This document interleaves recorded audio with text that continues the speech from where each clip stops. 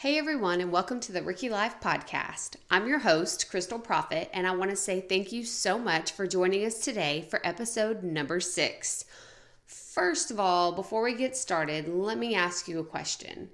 Have you ever found yourself watching probably several hours of HGTV and thought, they make it look just so easy, but how much money does all that really cost? And how hard is it to redesign my home?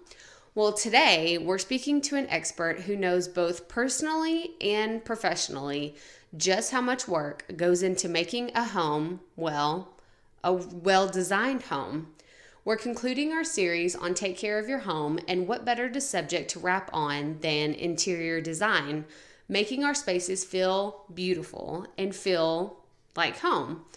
Our guest today is an interior designer with lots of great advice to offer, and she's even going to pull back the curtain on how much work really goes into a home remodel. So get ready, guys. We have some great stuff coming at you. But if you're wondering what else we're about here at the Ricky Life, let me tell you, we focus on what it means to start something new, even when you have no idea where to begin, how to develop new skills in all areas of our lives, and how to find that it factor that'll keep you motivated every single day. So join us as we dive headfirst into what it means to be a Rookie. Come on, Rookies, we all have to start somewhere.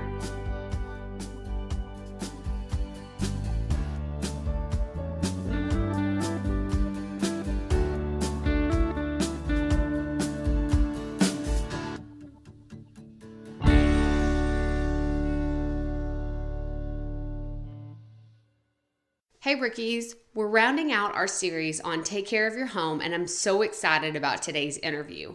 I'm speaking with my friend Jenny Conditt, who brings such a vibrant energy to any room that she enters and whose expertise in detail plus style has taken her pretty far in her career. So, what is an interior designer? Well, have you ever walked into a gorgeous hotel lobby or a really nice restaurant or even someone's home that's just so beautifully laid out and you think, gosh, it is gorgeous in here? Well, chances are those rooms were designed by an interior designer just like Jenny. With over a decade in the industry, she really knows the ins and outs of design. She graduated from Texas State University, where she majored in interior design with a minor in construction technology, which is pretty important to mention because she not only has the design part down, but she also knows how to look at a space's structure and square footage to optimize its potential. Her current position working for a leading furniture manufacturer, as well as her experience in design firms, gives her a unique perspective in the industry.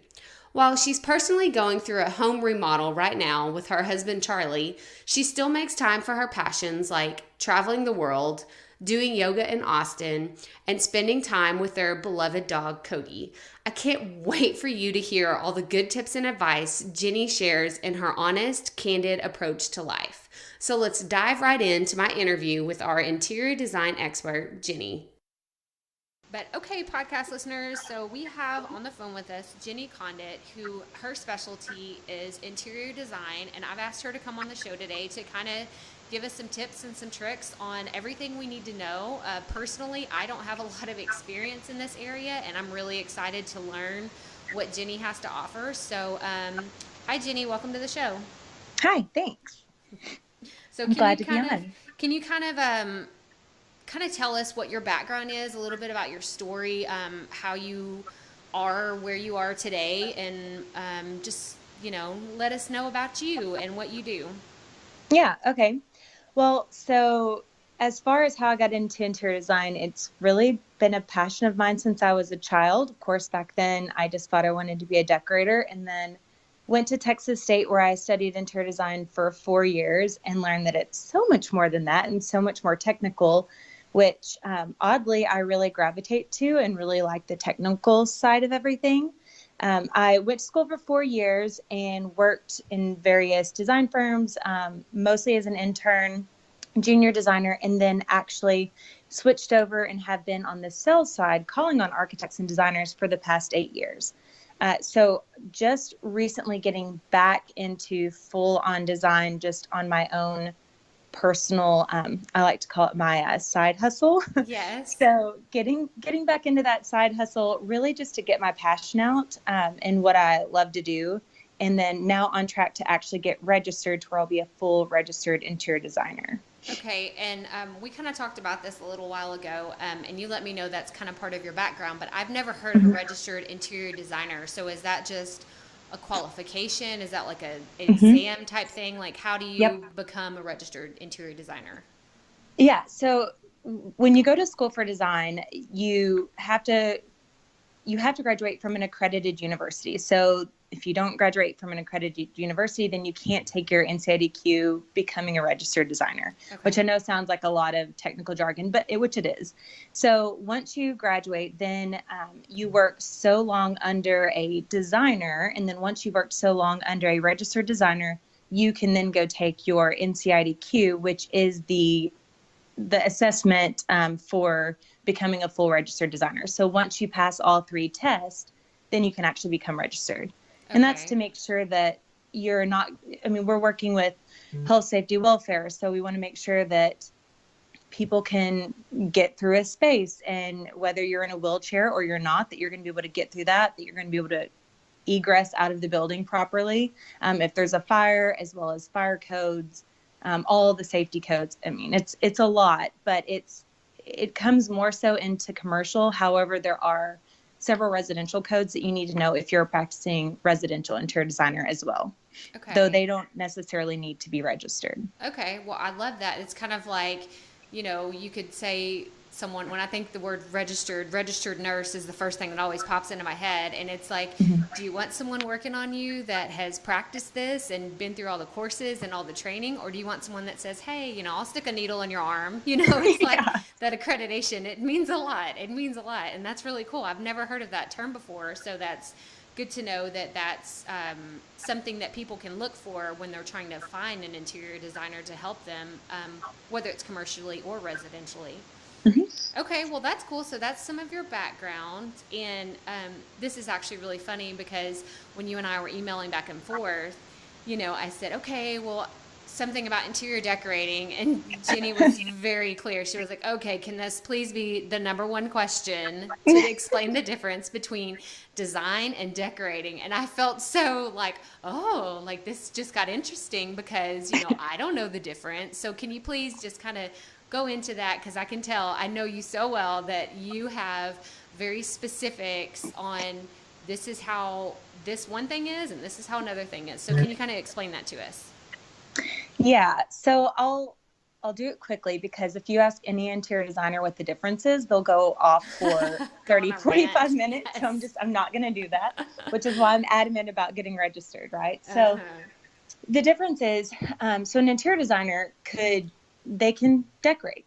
There's nothing to say that they can't decorate. Decorating is, I'm going to come in and I'll help you out with picking a fabric or picking cushions, or maybe we're going to hang curtains. Really, what I call styling, only because I hate the word decorating now. Okay. Yeah. So anything to style your place, which is very important. It's obviously going to give people a sense of just ownership in their and pride in their home. So it's immensely important, even just decorating, right?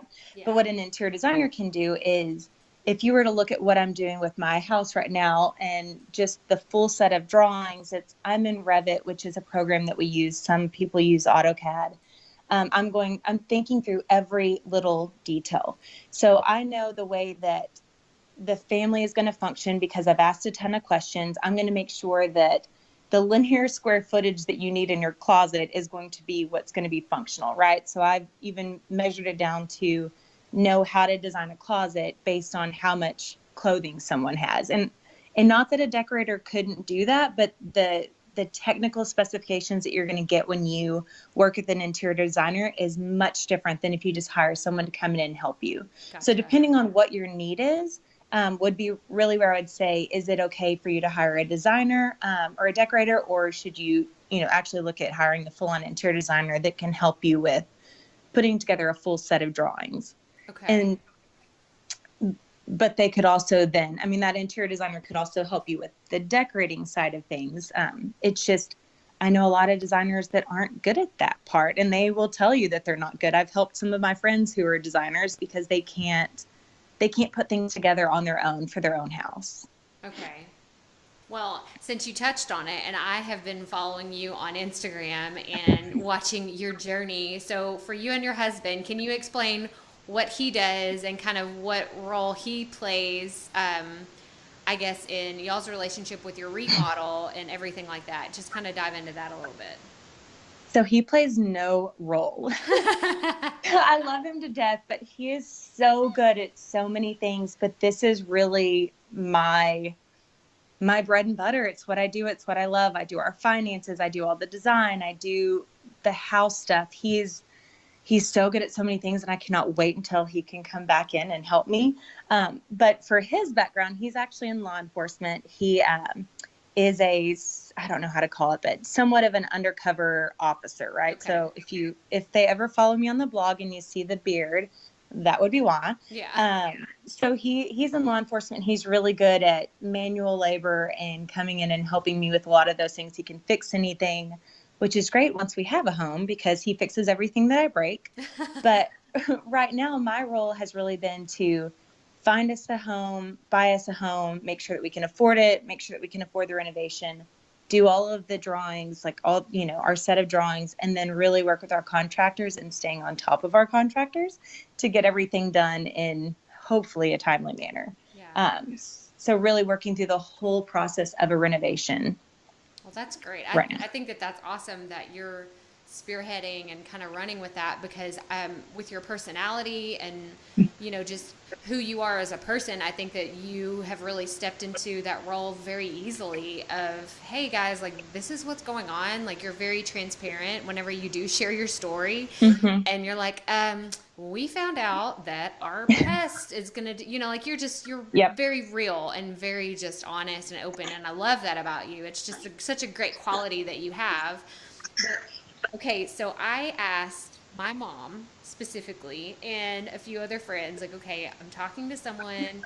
She has this background. What do you want to know? Because basically, I'm trying to bring all these questions, and I could talk to Mm-hmm. you all day about my problems and what I have when it comes to my home and everything. But I want to know what other people have issues with because I feel like that's kind of casting a wider net. But one question is how much pattern is too much pattern in a room? You're trying Ooh. to coordinate and accent, and I know that this can probably be specific to someone's particular taste, Mm-hmm. but what is your take on that?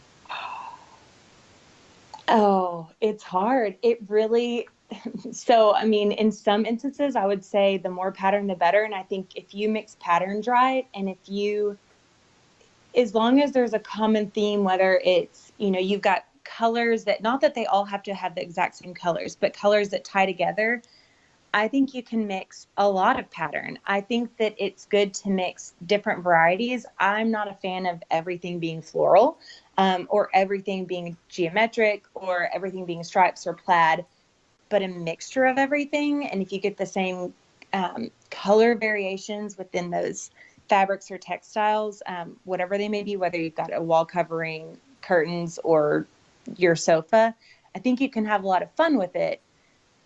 It depends on what your style is. If you're more minimalistic, obviously that's probably not going to be where you're going to want to go. You might want to do a pop of a pattern here and there.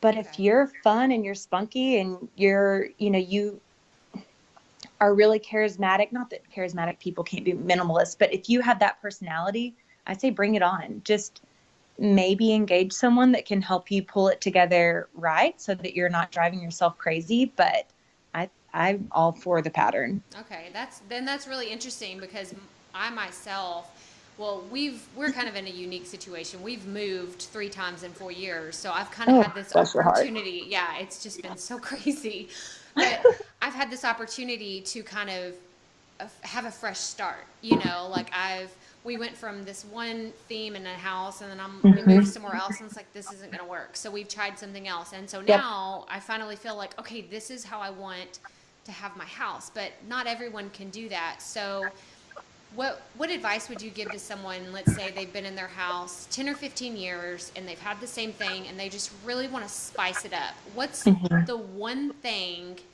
that you would tell them to do first? Because it can be overwhelming. If you look at, Mhm. every single room and every single thing you want to change, what's the one thing that you would give them piece of advice you'd give them to start? Paint color. Oh, I love It's that. the cheapest thing that you can do. If it's really dark, you can brighten it up. If it's really bright and you want it to be a little bit more moody, you can darken it. Or sometimes after 10 or 15 years, it's just time for a fresh coat of paint, even if it's the same color. So Yeah. I think that's the first place to start. Your flooring, you can do a lot, even with old carpet. I had carpet in my old place and I would just put rugs over it to give it a bit more pizzazz, but you can do a lot with just paint. And sometimes it's just rearranging and thinking about your furniture in a different way. And then maybe you get some new accent pillows. So not all of us can go out and buy a brand new sofa or sectional or whatever it is that we want, new accent chairs. Those are expensive items. So I would say pillows and wall covering, whatever that is, whether it's paint or wallpaper, can give you a big bang for your buck. Okay, and I love that you hit on that because I actually was over at your blog earlier and I was like reading your about you and everything, and I love the one sentence, you like living large on a small budget. I love that because that's what so many of us, it's like we don't have 20 or $50,000 to throw at completely redecorating our home, and Nope. you're just so transparent, like, hey, I go to thrift stores and I shop at the outlet mall and I find stuff here and there. So what is, if we're going to a place like that, it's Mhm. whether it's a thrift store or we're looking at Facebook Marketplace, whatever it is, what would you say would be the main pieces to look for? Let's just go for a living room. Do you work on one focal point and then you kind of move out from there? Or how, like, explain to me a process that you would walk through with Yeah. someone. So I would start with the big pieces. So if I'm looking on, and only because I'm really weird about fabrics coming from somewhere else. Yeah. So unless it's truly vintage and it's got a really great vintage fabric on it that I can have cleaned, I'm really weird about it. Not everyone is, but I would start with your TV console or a dresser. So those are some of the things that I've gotten really great deals on, whether it's from First Monday, which is a flea market in East Texas, or even an estate sale or a garage sale, where you can get a really big impact just from getting a really great console. And then that's something that then you start to layer up. So you get your big items in there. So you've got your console, you've already got your sofa, then you can start to layer the next set, which is going to be your accessorizing. So then you start to work on your accessories and your pillows and your fabrics and all of those different finishes. But starting with those big items and any big wood items that you need Okay. is where I would start. Okay. Well, I like that because that's kind of what I did. So I'm like giving myself a pat on the back. I'm like, that's what I did this time. Like I got the big things Yep. first, and then I kind of filled in here and there because I get overwhelmed so easily Yep. just thinking about it that I'd kind of focused on one room at a time. I'm like, okay, this room's put together. Now I can move on to something else. But And that's a big thing. So I'm very adamant. So if you're moving or when you're getting set up, getting that one just oasis for yourself where your eyes can rest. So if you are moving and just going, get your master bedroom just set up and ready. Have that be the first thing you do before you finish unpacking everything. Maybe get your kitchen unpacked so that you can eat. But that's been a big deal for me because it's such a stressful time that having that one room that's just finished or at least close enough to finish, it's put together and it's clean and there's not stuff laying everywhere, I think is huge. So yes, you 100% did it right. oh no, that just like you said that about the main, like where you can go and just rest your eyes and relax. And that's what I did. Mm-hmm. I have a sitting kind of writing area room. I didn't even care about the bedroom. I'm like, I can fall on the couch, I'll sleep on the floor, I don't care. But I had to have one room where I could sit and do my daily like quiet time, like get away from the Mm-hmm. kids, like just go and just like be with by myself in my mind to kind of recharge. So I love that you said that. Yep. But one question I had specifically from my mom was she wants to know what are some ways that you can make a small space feel bigger? Take furniture out. Okay. So I've been into so many places where people just cram it full of furniture and accessories. So I would say pull as much of that out, put the proper scale of furniture in the room. So even if you want to have a large, if it's a living room and you want a larger sofa that fits more people, that's fine, but get it to where its visual scale is smaller. So maybe it's got a lower back or more squared off arms and not the big rolled arms. It's going to take up a lot of visual space. Lighter colors, lighter fabrics, lighter walls, keeping it really light and airy is going to make it feel bigger as well. But I really just getting rid of things and pulling things out of that room are going to be a big way to make it look larger. And it's also a hack that a lot of real estate agents use. So if you're ever getting ready to sell, I had to pull a lot of stuff out of my own house, which was hard. Yes, yes. We kind of lived out of a storage building. Like we just put everything. We're like, Mm-hmm. if we haven't touched it in like 2 months, it's going in there. We don't need it. We're just gonna forget about it for a Yep. while. And then we ended up selling a lot of that stuff because we're like, well, we don't use it anyway, so we don't need it. Yeah. No, and don't pay for a storage unit if you don't have to. Exactly. Well, so to kind of segue into my next question, and this is kind of a funky one. It may not apply to everyone, but it's something I wanted to get your input on. So we live Okay. in Texas. You and I both do, and Mm-hmm. you're probably even in a hotter part of Texas than I am. But I'm in Houston. You're in the Austin area. But it is hot 90% of the year. I mean, let's just be honest. Mm-hmm. But how do you feel about changing up a space or your home from season to season? Like if it goes from hot to cold, do we need to make any changes in our homes, or is it just something that should be maybe you just add a few accents here and there? What do you Yep. feel about that? I mean, I'm sure that there are people that have money to change things like that, but I don't. Yeah. So a big thing of what I'll do is I might change out the textiles. So I might have a throw on my sofa that gets switched out in the winter to more of a chunky sweater like throw. I may have pillows that I switch out, or maybe it's a comforter that you're using that you just want to flip out, even because it's hot. And then, for the 2 months that it's cold, you want something a little bit heavier. Yes. But I think that, like you were saying, I think it's more the accents. I think it's more of just the layers that you have to your house that you can easily change out and then bring them back in another season. Okay. I also think it's 100% okay to not change anything and to just leave it the way that it is, because we're going to have decorations for Christmas and any whatever holidays you decorate for that will come out and change. But you can funk it up for summer and kind of make it more cozy for winter, or you can just leave it and not worry with it, depending on what your stress level is with, design and styling. Well, I love that you said that because mine will stay exactly how it is throughout the year, and I might throw a dish that says, Happy Halloween or Yeah. something. Go all out for Christmas, but then after that, all of it's coming down, and we're going back to normal. Yep.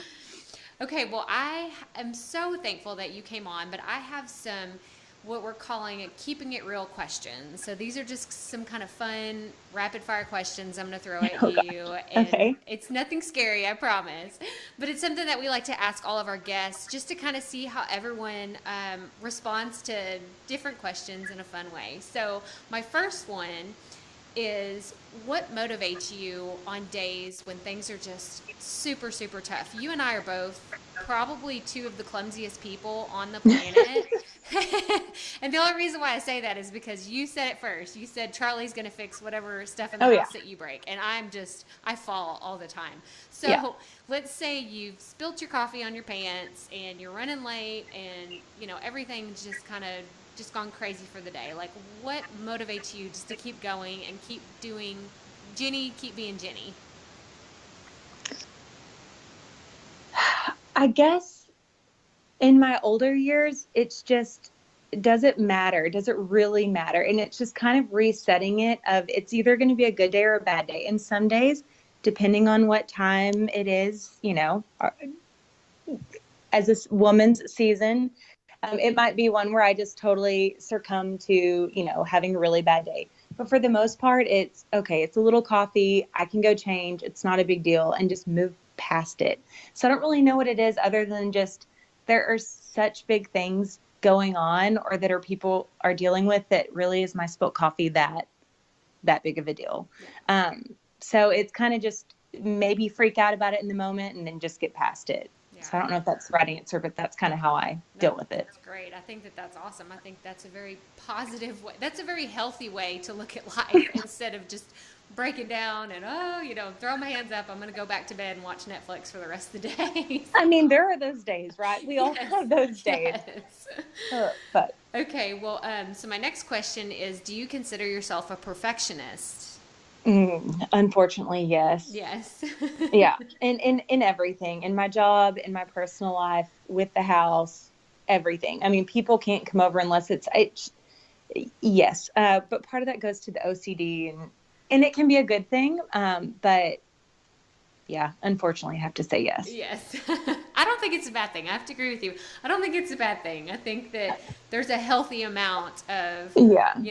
that in your mind to keep you on track and to, that's who you are. And I don't think you should be ashamed of that. I think I know I'm that way in some areas and some aspects of my life. I am not that way at all. So Yeah. it just depends on the day, too. True. Okay, so what's the best advice you would give to your younger self? Ooh, it's not that big of a deal and it gets so much better. I love that. I And not that love I that. had anything bad happen, but it just every year just gets better. I figure myself out more. I get to do more. I thought aging was going to be scary, and it's turned out to be pretty cool. That's awesome. Well, thank you so much for coming on the show today. And I just kind of wanted to give you a chance to tell us, where can we find you? Where can we find out more about you? I know you have some different social media stuff that you work on. So can you tell us more about that and where we can find out more about what you're doing? Yeah, so I have a huge passion for travel. Obviously, you've heard a little bit of my passion for interior design, but I also have this huge passion for travel, which kind of fall together for me. So I have a blog that's layouts and layovers. And unfortunately, over the past year that we've been trying to buy and then rebuild a home, it's taken a bit of a backseat. But you can follow the entire home journey on my Instagram, which is layouts and layovers, or you can follow me on the blog, which is layoutsandlayovers.com. So those are my two biggest platforms where you'll get to hear from me and just get to know anything that's going on. Or if you have a question about design, if you have a question about travel, I'm happy to help you. You can direct message me on my Instagram account. That's where I get back the quickest. Okay, that's awesome. Y'all, you have to go check out what she's done with this house. It's so cool. So what year was that house built that y'all purchased? 1967. So it's a And 1967 home, and y'all, she goes through the entire process. Like, it's just so cool. Like, from ripping everything out, she shows just everything on there. So what else were you gonna say about the home? well, it's just, yeah. So I feel like HGTV has almost done us a disservice. We think things are going to be so much easier. So if you want the real, if you're getting ready for a home renovation and you want how long it's really going to take and what you could really find, it's great to follow there. But as far as the house, we're really adamant about keeping the integrity of the home and not just flipping it how everyone knocks everything down and builds it more like a home is today. So you will see a lot of interesting features that are staying over or being added that just keep with that time period. So still opening it up, but doing it in a little bit more interesting ways. Well, that's so So I'm cool. excited about it. I know. I cannot wait to see what it looks like. So how far Girl, out me either. are you on your timeline until it's completed? Supposedly 2 to 3 months, but Okay. I'll believe it when I see it. Oh, We're this Texas heat. Good luck. yeah, we're just trying to get through the electrical inspection. We had a few unforeseen, obviously, it's a renovation, things pop up. So I'll be happy if we're in August, which will be a really fun time to move in Texas, but I would still be thrilled about it. Exactly, exactly. You've waited long enough. This is your I dream, know. and to see I'm it ready. come to life, like, that's so awesome. Well, thank you so much again for coming on the show today, and we've covered some amazing things. I'm sure there's going to be some people that have a lot of questions. I know my mom is. She already talked about she's going to hit you up, but thank you for coming on the show today, and we will talk to you later. No problem. Thanks for having me. Man, that was such a great interview, wasn't it? I'm so glad Jenny gave us the difference between interior decorating and interior design, so I make sure not offend anyone else in the industry who has worked really hard for their titles. So, crisis averted. But Jenny really helped us with so many basic things we face when we start to decide how we want our homes to look. So, let's recap on what she shared with us. Number one, don't be afraid of accents and colors if it's all really well done. You should do what feels right for you. If you enjoy those loud colors and patterns, then go for it. Do it. Number two, don't be afraid to shop at thrift stores and antique malls to find those perfect, unique pieces of furniture. Guys, there are so many online tutorials on how to redo furniture, so get out there, find a great piece, and get creative. Number three, HGTV doesn't show all the hard parts of the home remodels, so take it all with a grain of salt, guys. Number four, if a room feels too small, the simplest way to solve this problem is to just take some of the furniture out. It's as simple as that. Start there, and you may be pleasantly surprised how much of a difference it makes. And the number one takeaway from our conversation and a quote that she has on our blog, our number five, is to live large on a small budget. You don't have to break the bank to have a nice home. Live within your budget and get creative. You can totally do it. We believe in you. So feel free to jump over to crystalprofit.com. That's Crystal with a K and Profit with two F's and two T's, and check out the show notes for this week's episode. You'll also find the links to Jenny's blog as well as her Instagram account, where she talks regularly about her own home design and remodel. She has a lot of really good stuff on there, and I really want y'all to check it out. But y'all, I'm so happy you joined us here today for the Rookie Life podcast. Be sure to subscribe to the show so you don't miss any future episodes. There are some really exciting things around the corner, and I cannot wait to share them with you. Also, please rate and review the show. I'll be choosing random reviewers to receive some cool Rookie Life merchandise, and I don't want you to miss out on the opportunity to get some really cool stuff. But that about does it for episode number 6. Stay tuned for next week's show, and remember, keep it up, rookies. We all have to start somewhere.